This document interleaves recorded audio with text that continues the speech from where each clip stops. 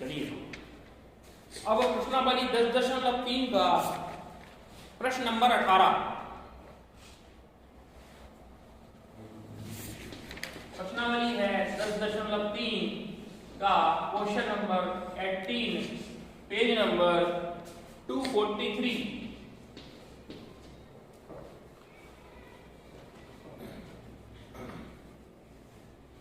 प्रश्न है यदि P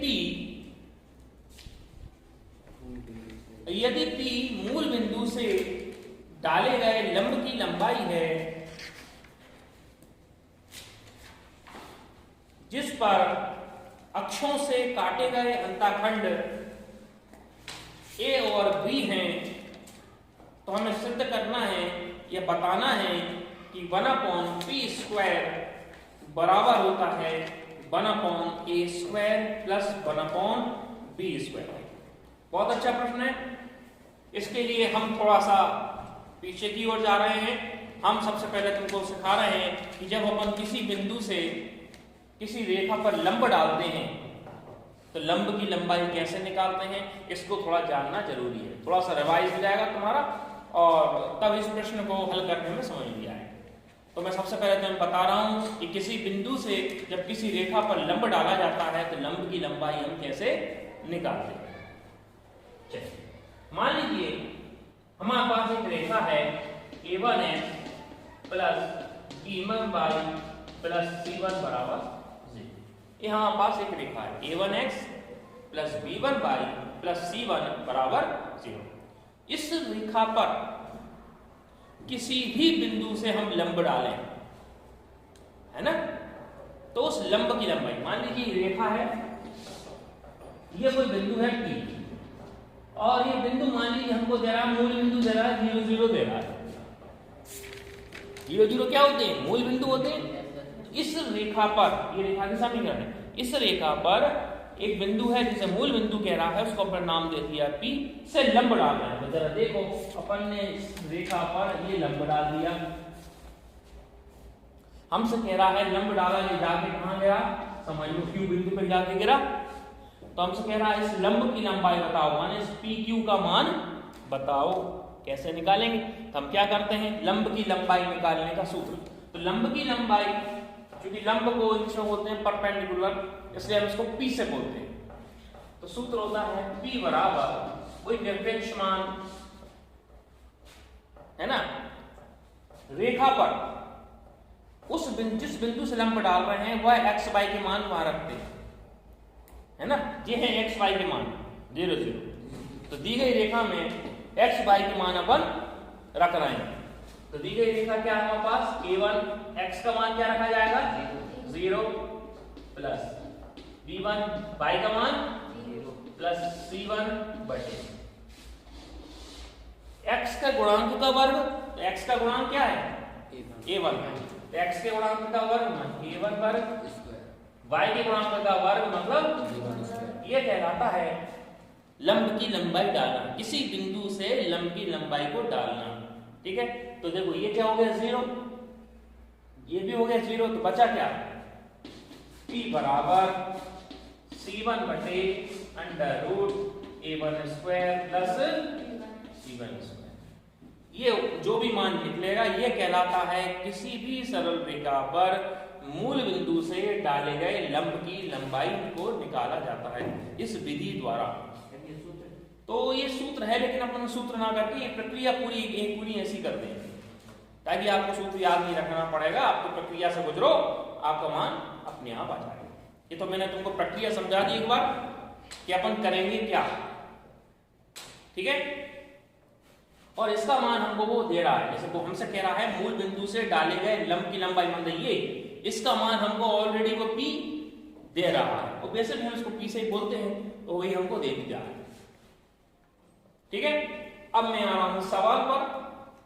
ये तो मैंने तुमको सूत्र क्या करेंगे अपन, उस सूत्र को समझा दिया। इसको बोलते हैं मूल बिंदु से किसी रेखा पर डाले गए लंब की लंबाई किस तरीके से निकाली जाती है, उसका सूत्र। अब हम आते हैं प्रश्न नंबर 18 पर 10.3 के, उसमें इसी प्रक्रिया का अपन प्रयोग करेंगे। अब उसने हमको दिए है मूल बिंदु से उस रेखा पर डाले गए लंब की लंबाई, उसमें रेखा नहीं दी, हमको क्या कह रहा है, मूल बिंदु से उस रेखा पर डाले गए लंब की लंबाई यदि p है, कौन सी रेखा है, जो रेखा x अक्ष के साथ a अंतःखंड काट रही है और y अक्ष के साथ b अंतःखंड काट रही है। तो सोचो हमने ऐसी कौन सी रेखा पढ़ी थी जो x अक्ष के साथ a अंतःखंड काटती थी और y अक्ष के साथ b अंतःखंड काटती थी? कोई सरल रेखा थी ऐसी? थी ना, जो अक्षों के साथ a और b अंतःखंड काटती थी। तो वो रेखा थी x upon a plus y upon b बराबर 1। समझ गए? इसने माने रेखा को दिया नहीं लेकिन हमको समझाया। तो वह रेखा है जो x अक्ष से a अंतःखंड काट रही है, y अक्ष से b अंतःखंड काट रही है। उस रेखा पर माने इस, अब रेखा मिल गई हमको, इस रेखा पर सपोज करो ये रेखा जी है, इस रेखा पर बिंदु a नाम दे दो, मूल बिंदु से हम क्या डालें, लंब डालें। तो इसमें मूल बिंदु से लंब डाल रहे हैं, लंब डालने का तरीका वही, और हमसे क्या कह रहा है, लंब की लंबाई कितनी है, कितनी दे रहा है, ए बी बराबर हमको कितना दे रहा है, p। हमसे कह रहा है ना कि यदि p मूल बिंदु से उस रेखा पर डाले गए लंब की लंबाई है जो x और y अक्ष से या अक्षों पर अंतःखंड a और b काटती है। अक्षों पर, अक्षों माने कौन से अक्ष, x और y, तो ये तो अक्ष है हमारे पास है। तो अक्षों पर a और b अंतःखंड काटती है। अक्षों मतलब x अक्ष और y अक्ष पर, जाहिर x अक्ष पर a अंतःखंड काटेगी और y अक्ष पर जो है b अंतःखंड काटेगी। तो हम क्या करें, इस रेखा पर इस मूल बिंदु से क्या डाल दें, लंब डाल दें, और लंब की लंबाई हमको दी। तो हम तो कहते हैं लंब की लंबाई p जो हमको दी है ऑलरेडी, और p से भी बता दिया है, p बराबर हम क्या करते हैं, हम x y की जगह मान रखते हैं, ये जिससे नाम डालते हैं। तो अपन ने क्या रखा, 0/a 0/b को बराबर से इधर उठ के आ गया 1, इधर आपका क्या हो गया 1 माइनस का -1/a। x का गुणांक का वर्ग, x का गुणांक कितना है इधर, 1/a, a नीचे है ना, a नीचे है तो ऊपर क्या है, अंश में 1 है, इसलिए x का गुणांक है 1/a।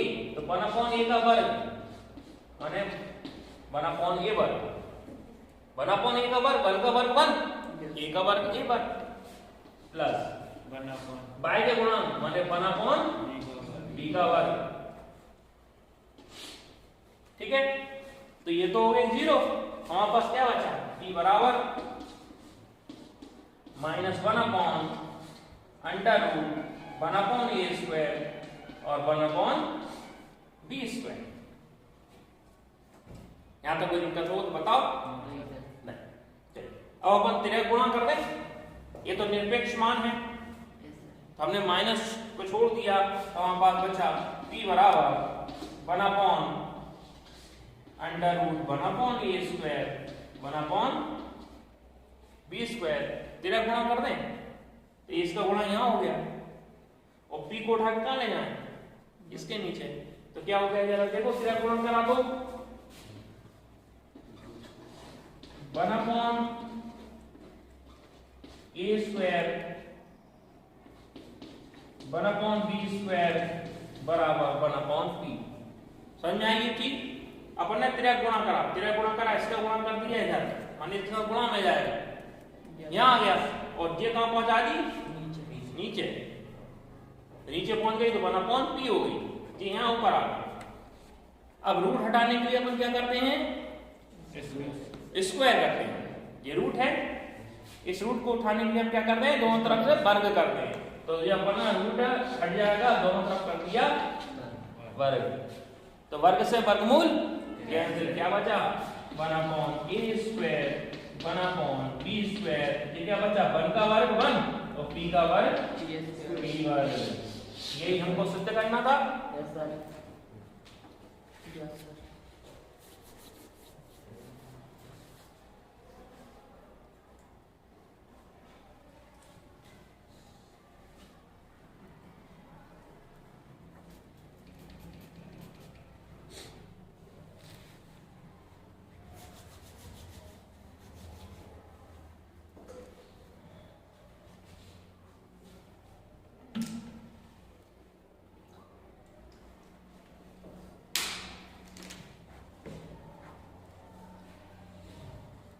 समझ में आया फ्रेंड? ये भी बहुत अच्छा प्रश्न है।